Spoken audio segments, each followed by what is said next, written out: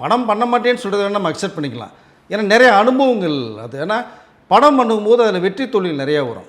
நீ ஒரு படத்தை ரிலீஸ் பண்ண முடியாத அளவுக்கு ஒரு விஷயம் நடக்கும்போது இது இவ்வளோ சிரமப்பட்டு பண்ணி ரிலீஸ் ஆகலாம் என்ன அர்த்தம்? மனுஷி ரிலீஸ் ஆகாமனே இப்போ மிகப்பெரிய கேள்விக்குறி. ஆனால் கூட நீங்கள் சொல்ல வந்த கருத்துக்கள் சொல்ல முடியுமானா அதுக்கு வாய்ப்பே இல்லை.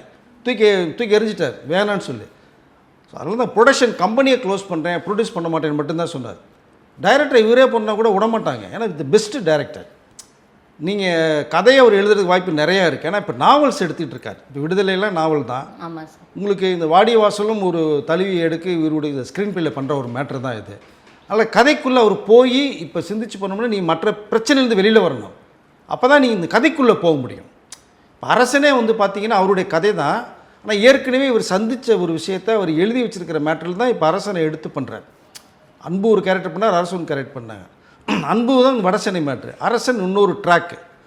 இப்போ அவர் நிறையா ரியல் ஓஜிக்கிட்ட போய் தான் மீட் பண்ணி சந்தித்து அவளுடைய அந்த ஒரு ஸ்டைல் மேனேஜ்மெண்ட் இருக்கும் இல்லையா, அதெல்லாம் தெரிஞ்சுக்கிட்டு தான் இப்போ ஹீரோக்களை கொண்டு வரார். அவர் இங்கே தெரிஞ்சுக்கிட்ட விளைவு தான் இப்போ சிம்பிளாக பண்ணுறார். தனுஷ் பண்ணுறாருன்னா ஒரிஜினல் ஓஜிக்கிட்ட இருந்து தெரிஞ்சுட்டு வந்து இவருடைய கோச் பண்ணதான் அது.